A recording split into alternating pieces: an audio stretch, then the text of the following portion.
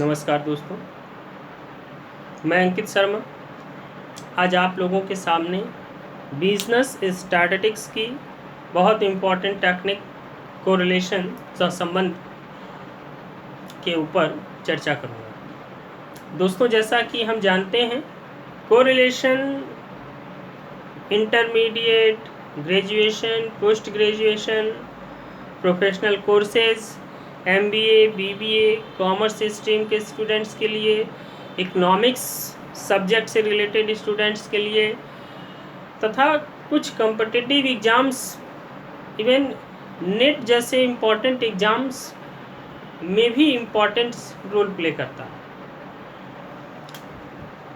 दोस्तों,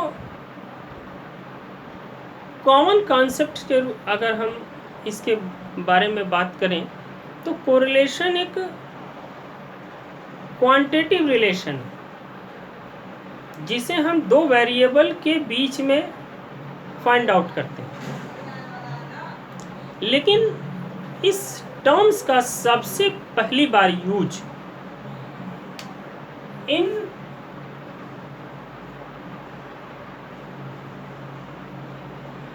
1885 में first time दोस्तों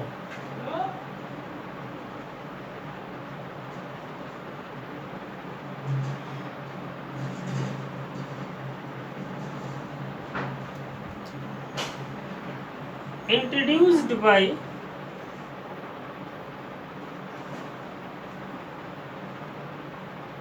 फ्रांसिस गाल्टन।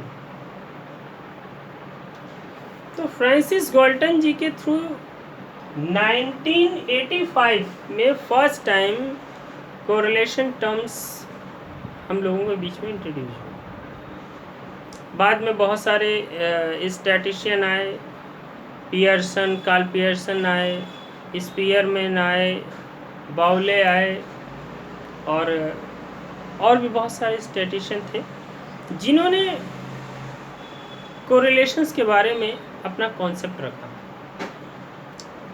अगर हम उन सारे के सारे कॉन्सेप्ट्स को देखें तो they said that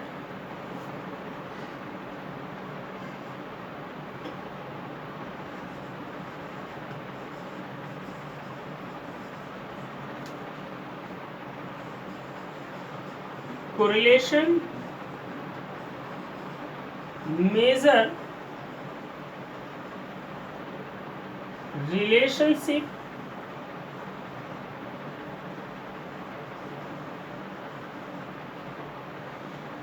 between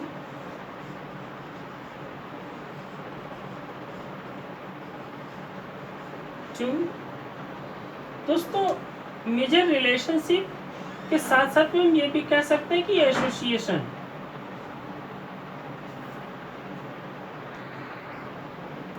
relationship,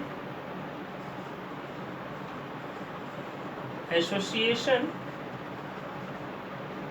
और रिलेशनशिप और एसोसिएशन बिटवीन टू वेरिएबल्स।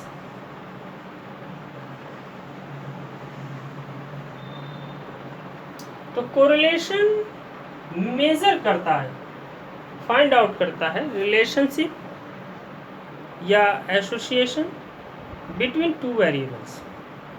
सारे स्टैटिस्टिशियन का यही डायरेक्शन रहा, यही व्यू रहा कि कोरिलेशन एक ऐसी टेक्निक है, एक ऐसा टूल है जिसके थ्रू हम लोग फाइंड आउट करते हैं किसी भी दो वेरिएबल के बीच में किस तरीके का क्वांटिटेटिव रिलेशन। दोस्तों, कोरिलेशन एक क्वांटिटेटिव रिलेशंस बोलने के पीछे ये तर्क है, ये आर्गुमेंट्स है कि कभी कभी ये रिलेशन कोइंसिडेंस भी हो सकता है। जैसे अगर अच्छी रेनफॉल हो, अच्छी वर्षा हो, तो उसके कारण साइकिल के प्रोडक्शंस में बढ़ोतरी होना, इंक्रीजमेंट होना, ये तर्क संगत बात नहीं है। लेकिन इट मे पॉसिबल कि हम अगर इनके वेरिएबल्स ले करके उसको एनालाइज करें, उसको कैलकुलेट करें, तो उनके बीच में कोई ना कोई क्वांटिटिव कोरिलेशन फाइंड जरूर होगा। तो इसलिए हम इसे कभी कभी कोइंसिडेंस भी मानते हैं, लेकिन फिर भी ये हमारी एक बहुत इम्पॉर्टेंट टेक्निक के रूप में जानी जाती है, जो मेज़र करती है रिलेशनशिप या एसोसिएशन बिटवीन टू वेरिएबल्स। तो सारे स्टैटिस्टिशियंस का यही एक निचोड़ था, जिसको हम यहाँ पे एक्सेप्ट कर लेते हैं और इसे हम आगे समझने की कोशिश भी करेंगे कि कैसा रिलेशनशिप है, कैसे रिलेशनशिप निकाला जाता है। लेकिन यहाँ पे इतना ही हमारे पास नॉलेज रखना अभी ज़रूरी है कि ये एक रिलेशनशिप या एसोसिएशंस का मेज़रमेंट है, कोरिलेशन। तो हम उस टेक्निक्स के साथ आगे बढ़ते हैं। तो दोस्तों, हम इस कॉन्सेप्ट के साथ अब कोरिलेशंस के कैरेक्टरिस्टिक्स पर डिस्कस कर सकते हैं, यानी किस तरीके का कैरेक्टरिस्टिक्स है कोरिलेशंस का, क्या कॉन्सेप्ट हमारे अंडरस्टैंडिंग में आया जिससे कि हम इसको और अच्छे से समझ सकते हैं, एक्सप्लेन कर सकते हैं। तो उसके लिए हम कोरिलेशंस के कैरेक्टरिस्टिक्स की बात करेंगे। तो कोरिलेशंस का क्या कैरेक्टरिस्टिक्स है? सबसे पहले तो हम ये जान लें कि it is a directive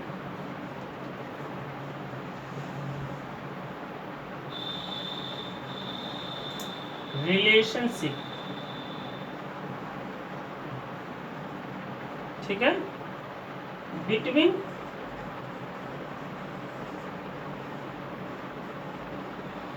two variables.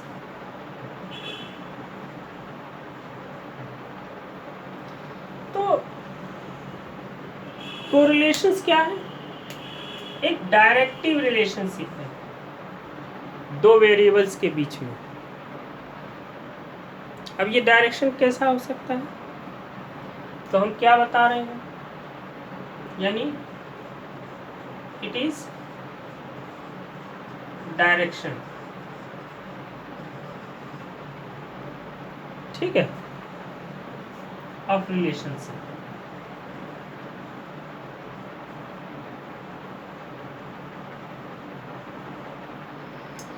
अब ये कैसा डायरेक्शन है? ये डायरेक्शन पॉजिटिव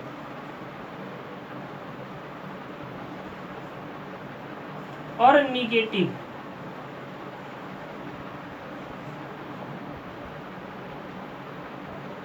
के रूप में जाना जा सकता है। अर्थात दो वेरिएबल्स के बीच में जो हम कोरिलेशन फाइंड आउट कर रहे हैं या जो हम एनालिसिस कर रहे हैं, वो पॉजिटिव और निगेटिव दोनों डायरेक्शन में हो सकती है।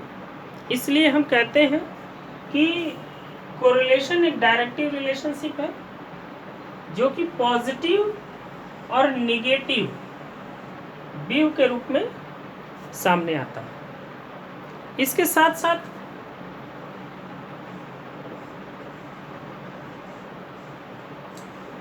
इट फॉर्म अ रिलेशनशिप,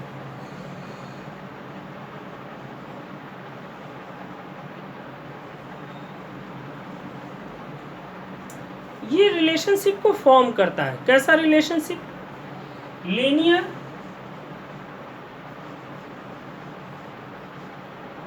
और non linear.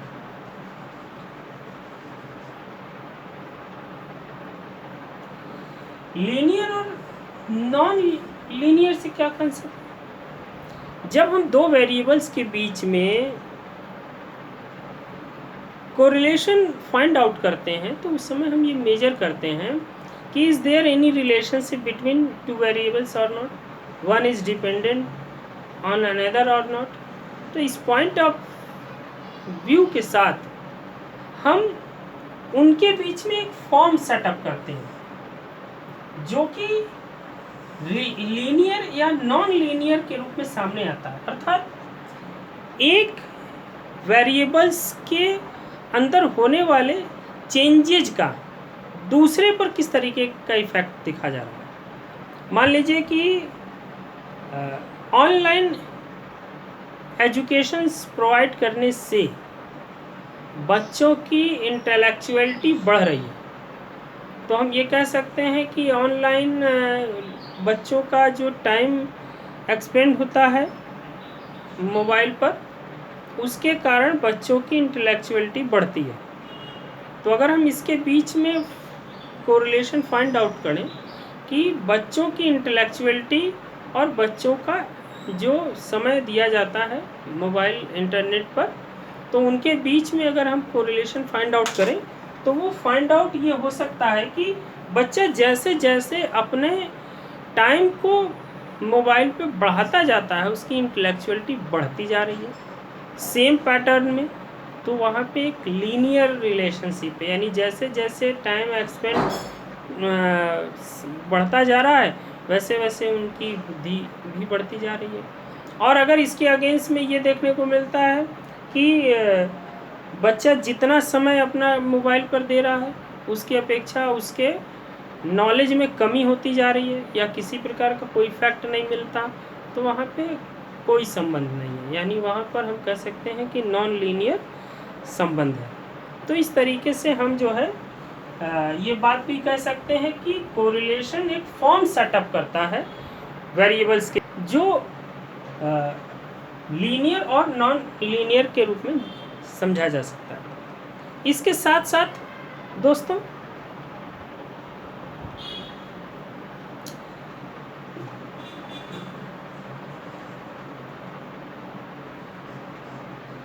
it gives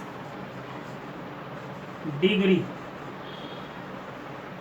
of change। Correlation हमको एक डिग्री प्रोवाइड करता है, जो वेरिएबल्स के बीच में चेंजेज हो रहे हैं उसकी एक डिग्री हमको प्रोवाइड करने का काम भी जो है कोरिलेशंस करता है। जैसे फॉर एग्जांपल अगर मान लीजिए हम कहें कि किसी मोबाइल में दिए गए समय का इफ़ेक्ट इंटेलेक्चुअलिटी पर बहुत ज़्यादा है, यानी अगर बच्चा 2 घंटा अपना जो है कि मोबाइल पे एक्सपेंड करता है टाइम, तो उससे उसका जो है कि 2 घंटे ज़्यादा कैपेसिटी का दिमाग हो जाता है। या हम दूसरे एग्जांपल से लें, हम ये कहें कि बरसात बहुत अच्छी होने पर खेती बहुत अच्छी होती है, तो यहाँ पे ये कहा जा सकता है कि जितनी ज़्यादा वर्षा होगी उतनी ज़्यादा खेती होगी। तो इस तरीके का यहाँ पर संबंध देखने को मिलता है कि हाई डिग्री है, यानी जितनी अच्छी वर्षा होगी उतना ज़्यादा फसल अच्छी होगी। और अगर मान लीजिए बहुत ज़्यादा वर्षा होने पे बहुत ज़्यादा फसल नहीं देखने को मिलती है, तो हम ये कह सकते हैं कि मॉडरेट रिलेशनशिप है या बहुत नॉर्मल रिलेशनशिप है। कभी कभी ऐसा भी होता है कि हमारे वेरिएबल्स के बीच में निगेटिव रिलेशंस आ जाते हैं, तो उसको भी हम लोग डिग्री के थ्रू एक्सप्लेन कर सकते हैं कि हाई नेगेटिव रिलेशनशिप है या हाई मतलब लो नेगेटिव है या नॉर्मल, जिसको हम सिर्फ कह सकते हैं कि ऑलमोस्ट नेगेटिव है।